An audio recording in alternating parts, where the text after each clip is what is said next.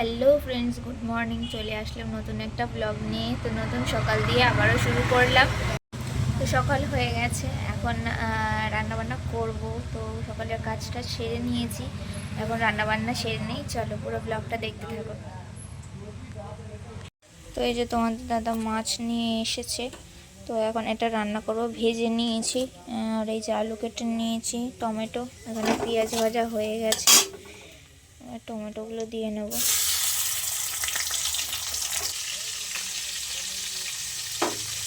Tomato ভাজা হয়ে গেলে মশলাটাও দিয়ে নেব।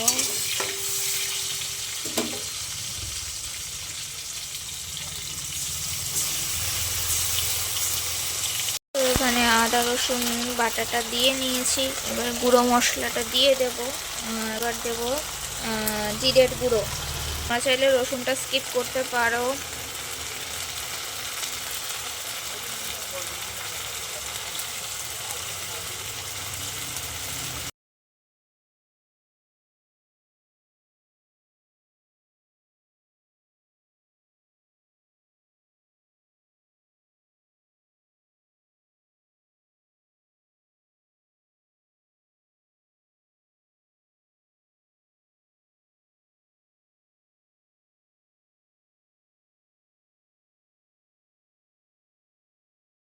আমার মাছের ঝোল রেডি।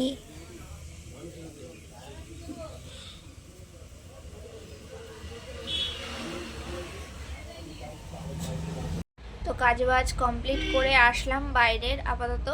তো তোমাদের দাদা একটু আগেই বেরিয়ে গেল, খাবার দাবার গুছিয়ে দিয়েছি, ও নিয়ে চলে গেল, খেয়েও গেল। তো আমিও এখন খেয়ে নিই, আবার পরে কথা হচ্ছে তোমাদের সাথে। তো দুপুর হয়ে গেছে, এখন চলো খাওয়া দাওয়া করে নিই। তো স্নান টান করে চলে এসেছিলাম, অনেকক্ষণ হয়েছে, তো খাওয়া দাওয়া করে নিই। তো চলো আগে খাওয়া দাওয়া করে নিই, তারপরে আবার তোমাদের সাথে কথা হচ্ছে। তারপর দুপুরে খাওয়া দাওয়া করে নিয়েছিলাম, খেয়ে দিয়ে একটু রোদ্দুরে গিয়ে বসেছিলাম আবারও। তারপরে আর তোমাদের সাথে ভিডিও শেয়ার করা হয়নি।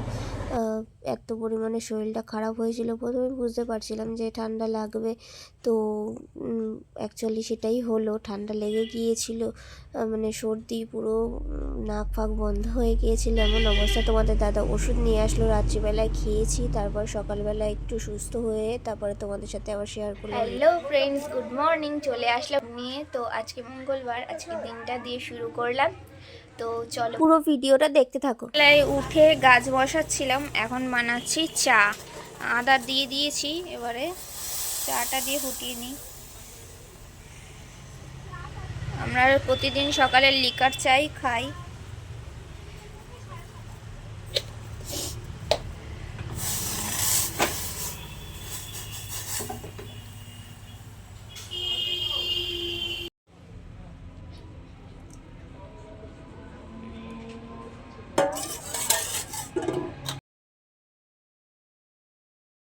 তো সকালে চা দিয়ে শুরু করলাম।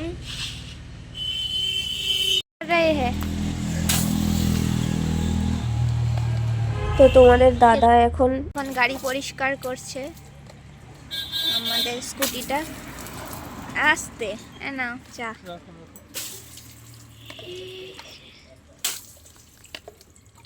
এই বেশিটা তোমার, কমটা আমার। বেশি খাবো না, এখন স্নান করবো। আমাদের সব সকালবেলার কাজ হলো বেড়া বাঁধা, গাছগুলো ঠিকঠাক করা।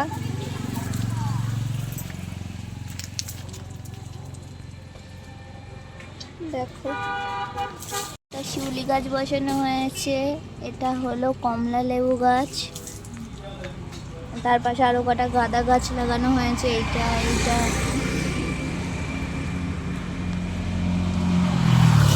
আর এটা হলো মৌসুমী লেবু গাছ।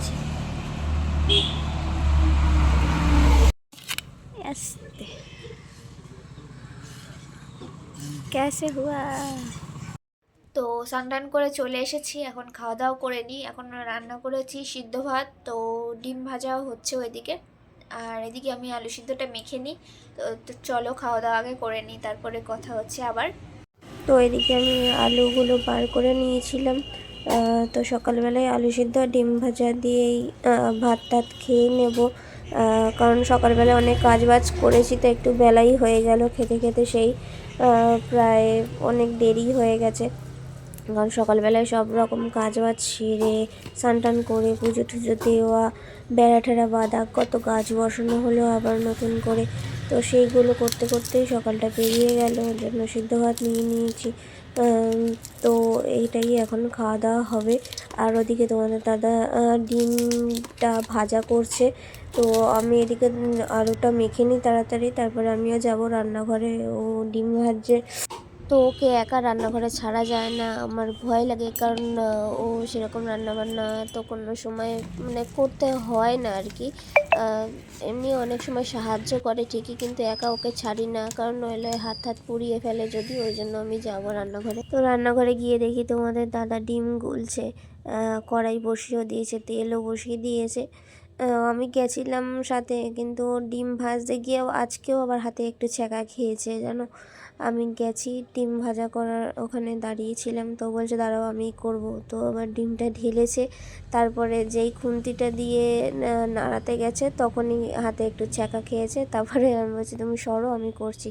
তারপর লাস্ট পজিশনে আমি ডিমটা ভাজলাম, ভেজে টেজে ঘরে গেছি, গিয়ে তারপরে দুজন মিলে খাওয়া দাওয়া করলাম। খাওয়া দাওয়া সেরে নিয়ে তারপরে একটু রেস্ট নেব, কারণ সকালবেলায় কাজ বাজ সেরে নিয়েছি, রান্নাও হয়ে গেছে, এখন খাওয়াটা কমপ্লিট করে নিলেই সব কমপ্লিট হয়ে যায়। তো রেস্ট টেস্ট নিয়ে আবার বিকেলবেলায় বেরিয়ে পড়লাম একটু হাবড়ায়, আমার মেজো ননদের বাড়ি, তো সেখানে একটু দরকার ছিল, ওর জন্য দুজন মিলে গাড়িতে করে চলে গিয়েছিলাম। তো আমার তো ঠান্ডা লেগেছে, ওই জন্য মুখে রুমাল টুমাল বেঁধেও নিয়েছিলাম। পরে তো তারপর রাস্তার মধ্যে একটু ঘুগনি খেলাম। তো ফেরার পথে আমরা হাট হয়ে একবারে বাড়িতে ফিরেছি।